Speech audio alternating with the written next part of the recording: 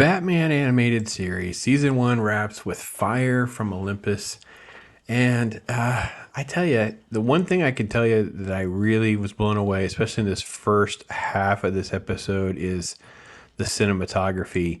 Look at the sort of like film noir approach to Gordon with the way they film with Gotham and the dark and the shadows, and you get a lot of movement and activity and things like that. I think that's probably the brightest point to what's kind of an otherwise sort of just like an extra episode. Like it's not something I think will be at the top of anybody's list or anything like that.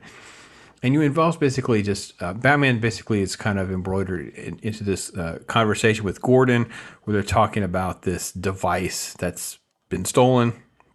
And then, of course, it involves this overlap with his character in Greek mythology. His name is Zeus, and he basically is just living his life as though he is Zeus. So that's kind of what's happening, and the film kind of centers around this character and what he is doing as sort of Zeus. I will tell you that it's not exactly sort of like my kind of thing. Like this would not be sort of in the forefront of things that I like.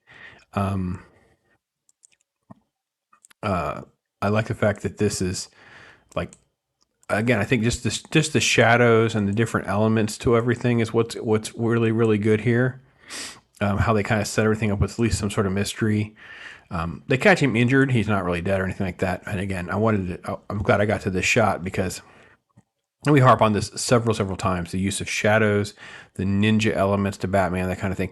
This nuance, this look, the way the cape is, you can't see anything else. It kind of, look how it spills out. The cape spills and billows out onto the floor. That element of Batman has never been done right in the live action. And I always go back to like the Spawn live action. And the one thing I love mostly about that is just the cape. The fact that there's this massive cape, it's moving, it's got almost like a life of its own. I wish some of those elements were brought to life with the Batman. Yeah. Let's see. Yeah, this is this Greek mythology stuff that he's just obsessed with. And you can see just she, I don't even know that I can offer much to you because it's such an odd character. It's such an odd situation. I was kind of like, what is the best way to sort of like explain this character or give it some sort of affinity or something like that? And I guess for me, it was like going back to like old Batman, Batman 66 with like King Tut. If you remember King Tut and how he was sort of like this character that was this like Egyptian archaeological expert, but he was hit on the head, so therefore he'd be this villain King Tut.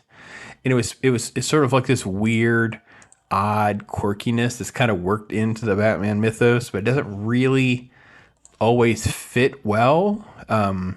The Egyptologist that becomes King Tut, and here you have this sort of, the guy's last name is Zeus, so it's like, it's a lot on the nose.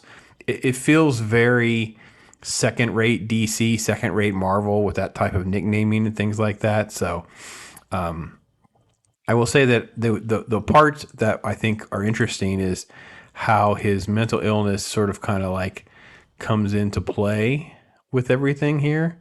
So he arrives in the Batwing, and his response is that it's because he thinks he's Zeus. He thinks that Batman is his brother Hades.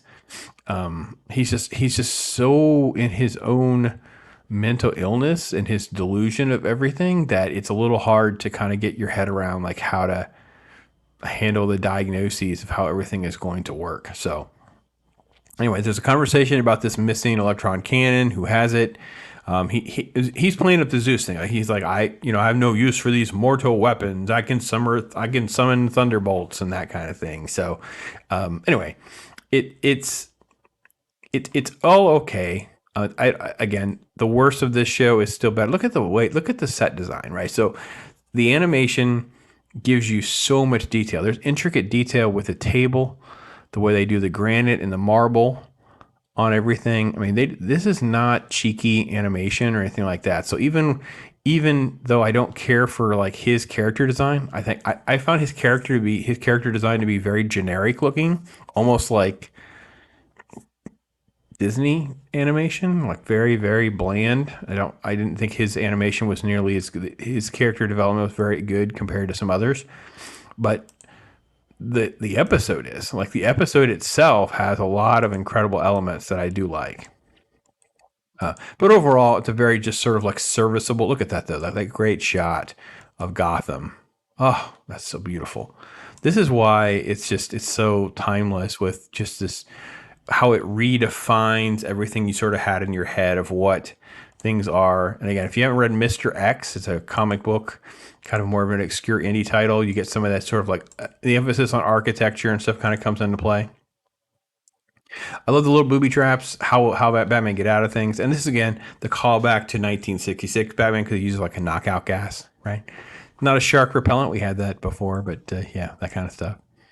So it all just kind of moves in sort of a nice, kind of what you expect. Batman's going to win. Batman's going to win the day, but it's not going to be without some struggles. He has this. This is a really weak, like, he throws a lightning rod, jumps on the lightning rod. It's just, but really, the only thing I think that where you're just like most people are like will remember this episode is he ends up at Arkham, and when he's in Arkham, the villain he goes past all of the villains, and they're not in like their jumpsuits. They're in their actual costumes.